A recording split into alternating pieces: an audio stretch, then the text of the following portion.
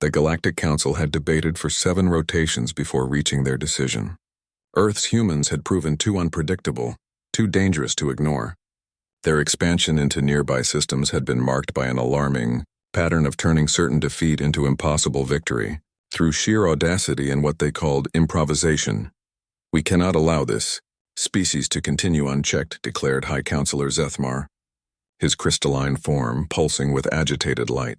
"They have defeated the Chronari fleet with modified mining equipment, convinced the Valdris Empire to surrender using only psychological warfare, and somehow turned a diplomatic dinner into a military alliance that spans 3 sectors. The assembled representatives from 47 species murmured their agreement. Humanity's reputation had grown from curious oddity to genuine threat in less than a standard galactic year. "Send Krakthor," suggested the Nexarian ambassador, her voice carrying harmonics of grim satisfaction. "If their greatest champion cannot defeat a single human warrior in single combat, we will know the true extent of their capabilities." Krakthor the Unstoppable had earned his title across 1,000 battlefields. Standing 3 meters tall with 4 arms capable of wielding weapons that could level city blocks, he had never known defeat. His exoskeleton had deflected plasma cannons, his reflexes had caught hypersonic projectiles mid-flight, and his tactical genius had brought entire civilizations to their knees. The plan was elegant in its simplicity. Challenge Earth's greatest warrior to single combat. When Krakthor inevitably won, the psychological impact would shatter human morale and demonstrate the futility of resistance to the galaxy's established order. The challenge was broadcast across all human colonies. "Earth will send 1 representative to face Krakthor the Unstoppable in honorable combat. The victor species shall determine the fate of humanity's expansion." Earth's response came within hours. "Challenge accepted. Our champion will meet yours on the neutral moon of Kepler 442c in 3 days." Krakthor arrived expecting to face a super soldier, perhaps one of the legendary human marines whose exploits had become whispered horror stories among civilized species. Instead, he found himself standing in the designated combat arena, a simple circle carved into the moon's regolith, facing a diminutive figure barely reaching his lowest shoulder. The human was elderly, her silver hair pulled back in a practical bun.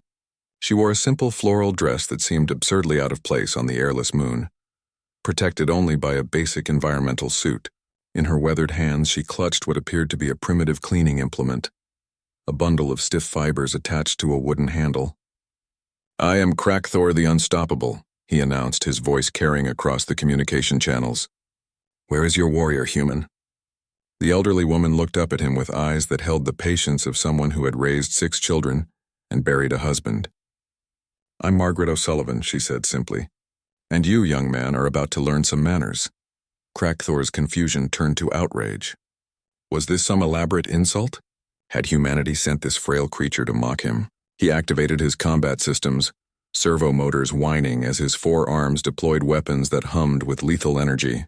"Stand aside, Elder. I have come to face Earth's champion." "Oh, sweetheart," Margaret sighed, adjusting her grip on the broom handle. "I am the champion, and you're tracking mud all over my nice clean moon." What happened next would be analyzed by xenobiologists and military strategists for generations to come. Krakthor, despite his vast experience, had never encountered an opponent who fought with the righteous fury of a grandmother defending her domain. As he raised his first weapon, a plasma rifle capable of melting through starship hulls, Margaret stepped forward and swatted it aside with her broom. The ancient cleaning tool, reinforced by human engineering and wielded by someone who had spent 60 years perfecting the art of disciplining unruly children, struck with devastating precision. The plasma rifle went flying, its energy cell cracking and sparking. "None of that nonsense in my house," Margaret declared, advancing on the towering alien warrior. Krakthor retreated, fumbling for his second weapon, a molecular disruptor that could atomize matter at the quantum level. Margaret's broom handle caught him across the knuckles with a sharp crack that somehow registered through his armor's haptic feedback. "Didn't your mother teach you not to point dangerous things at people?" she scolded, following up with a backhanded sweep that knocked the weapon from his grip. "And stand up straight. You'll hurt your back slouching like that." The greatest warrior in galactic history found himself being herded backward by a human grandmother, armed with cleaning supplies and an inexhaustible supply of maternal disapproval. Each attempt to deploy his weapons met with swift, precise punishment from Margaret's broom, delivered with the casual expertise of someone who had broken up countless sibling disputes. "But I don't understand," Krakthor finally gasped, his remaining weapons scattered across the lunar surface. "How are you doing this? You're just a female elder of an inferior species." Margaret's expression grew stern, the same look that had once reduced a teenage neighbor to tears for trampling her petunias. "Young man, let me explain something to you about humans." She punctuated her words with measured strikes of her broom, each one finding gaps in his armor with surgical precision. "We don't become grandmothers by accident. We survive raising children who think they know everything, teenagers who believe they're invincible, and adult children who still need someone to tell them to wear a coat when it's cold." Krakthor, now weaponless and thoroughly cowed, found himself backed against the arena's edge.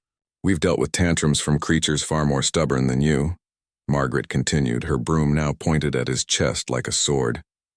"We've negotiated peace treaties between siblings who've been at war since breakfast. We've defeated monsters under beds, in closets, and in the imagination."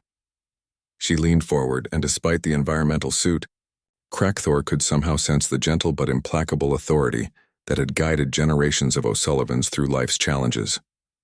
"So when the galaxy sends its unstoppable warrior to threaten our children and grandchildren, well," Margaret smiled, an expression that somehow managed to be both warm and terrifying.